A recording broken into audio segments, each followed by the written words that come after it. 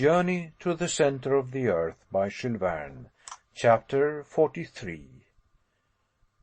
Daylight at last. When I opened my eyes, I felt the hand of the guide clutching me firmly by the belt. With his other hand he supported my ankle. I was not grievously wounded, but bruised all over in the most remarkable manner.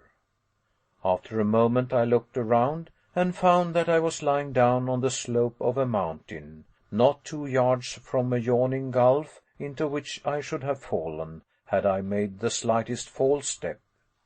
Hans had saved me from death, while I rolled insensible on the flanks of the crater. "Where are we?" dreamily asked my uncle, who literally appeared to be disgusted at having returned to earth. The eider-down hunter simply shrugged his shoulders as a mark of total ignorance. "In Iceland?" said I, not positively, but interrogatively. "Nay," said Hans. "How do you mean?" cried the professor. "No? What are your reasons?" "Hans is wrong," said I, rising. After all the innumerable surprises of this journey, a yet more singular one was reserved to us. I expected to see a cone covered by snow, by extensive and widespread glaciers, in the midst of the arid deserts of the extreme northern regions, beneath the full rays of a polar sky, beyond the highest latitudes. But, contrary to all our expectations, I, my uncle, and the Icelander were cast upon a slope of a mountain, calcined by the burning rays of a sun, which was literally baking us with its fires. I could not believe my eyes, but the actual heat which affected my body allowed me no chance of doubting. We came out of the crater half naked, and the radiant star from which we had asked nothing for 2 months was good enough to be prodigal to us of light and warmth, a light and warmth we could easily have dispensed with. When our eyes were accustomed to the light we had lost sight of so long, I used them to rectify the errors of my imagination. Whatever happened, we should have been at Spitzbergen, and I was in no humor to yield to anything but the most absolute proof. After some delay the professor spoke. He said in a hesitating kind of way. "It really does not look like Iceland." "But supposing it were the island of Jan Mayen?" I ventured to observe. "Not in the least, my boy. This is not one of the volcanoes of the north, with its hills of granite and its crown of snow." "Nevertheless—" Look, my boy," said the professor, as dogmatically as usual.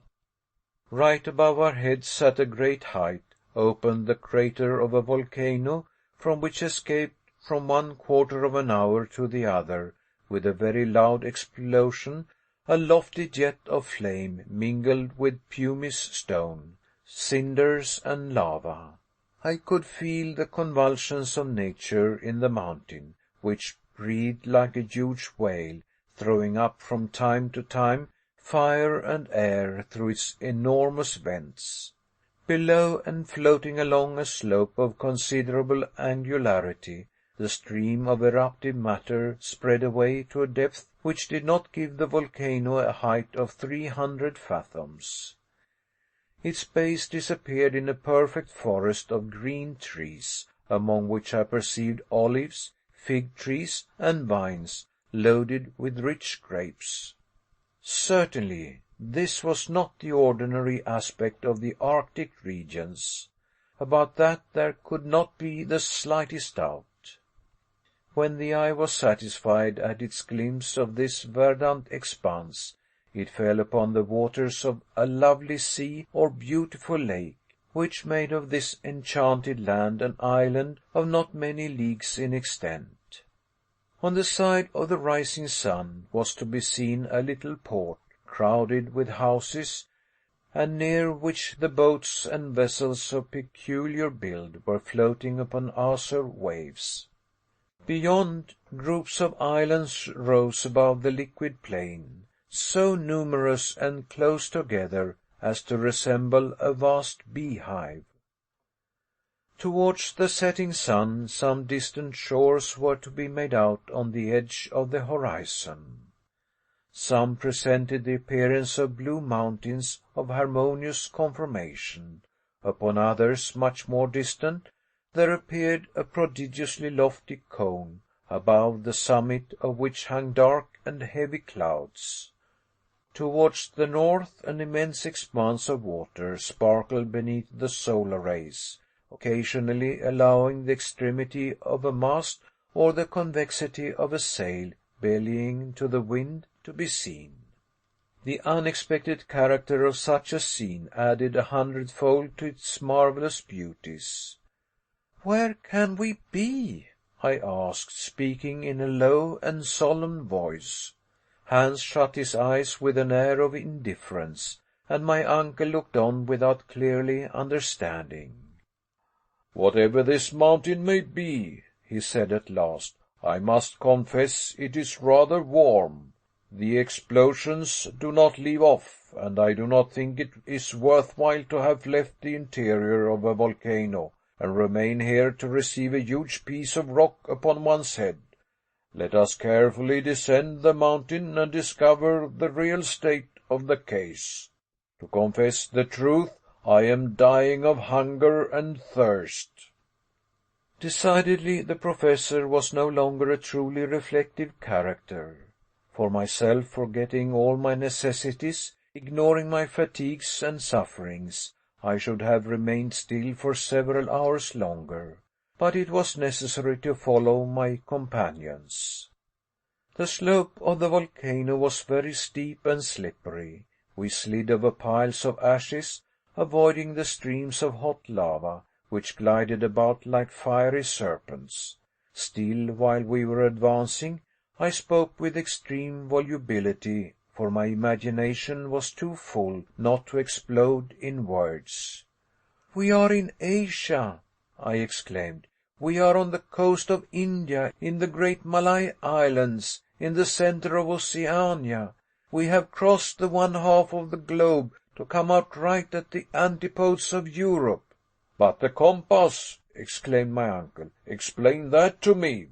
"Yes, the compass," I said with considerable hesitation. "I grant that is a difficulty. According to it, we have always been going northward." "Then it lied." To say that it lied is rather a harsh word," was my answer. "Then we are at the North Pole?" "The pole? No. Well, I give it up," was my reply. The plain truth was that there was no explanation possible. I could make nothing of it. And all the while we were approaching this beautiful verdure, hunger and thirst tormented me fearfully. Happily, after 2 long hours' march, a beautiful country spread out before us, covered by olives, pomegranates, and vines, which appeared to belong to anybody and everybody. In any event, in the state of destitution into which we had fallen, we were not in a mood to ponder too scrupulously. What delight it was to press these delicious fruits to our lips, and to bite at grapes and pomegranates fresh from the vine. Not far off, near some fresh and mossy grass, under the delicious shade of some trees, I discovered a spring of fresh water, in which we voluptuously laved our faces, hands, and feet. While we were all giving way to the delights of new-found pleasures, a little child appeared between 2 tufted olive trees. "Ah," cried I, "an inhabitant of this happy country." The little fellow was poorly dressed, weak and suffering, and appeared terribly alarmed at our appearance. Half naked, with tangled, matted, and ragged beards, we did look supremely ill-favored, and unless the country was a bandit land, we were not likely to alarm the inhabitants. Just as the boy was about to take to his heels, Hans ran after him and brought him back despite his cries and kicks. My uncle tried to look as gentle as possible, and then spoke in German. "What is the name of this mountain, my friend?" The child made no reply. "Good," said my uncle with a very positive air of conviction. "We are not in Germany." He then made the same demand in English, of which language he was an excellent scholar. The child shook its head and made no reply. I began to be considerably puzzled. "Is he dumb?" cried the professor, who was rather proud of his polyglot knowledge of languages, and made the same demand in French. The boy only stared in his face. "I must perforce try him in Italian," said my uncle with a shrug. "Dove noi siamo?" Yes, tell me where we are, I added impatiently and eagerly. Again the boy remained silent. "My fine fellow, do you or do you not mean to speak?" cried my uncle, who began to get angry. He shook him and spoke another dialect of the Italian language. "Come si noma questa isola?" What is the name of this island? Stromboli, replied the rickety little shepherd, dashing away from Hans and disappearing in the olive groves. We thought little enough about him.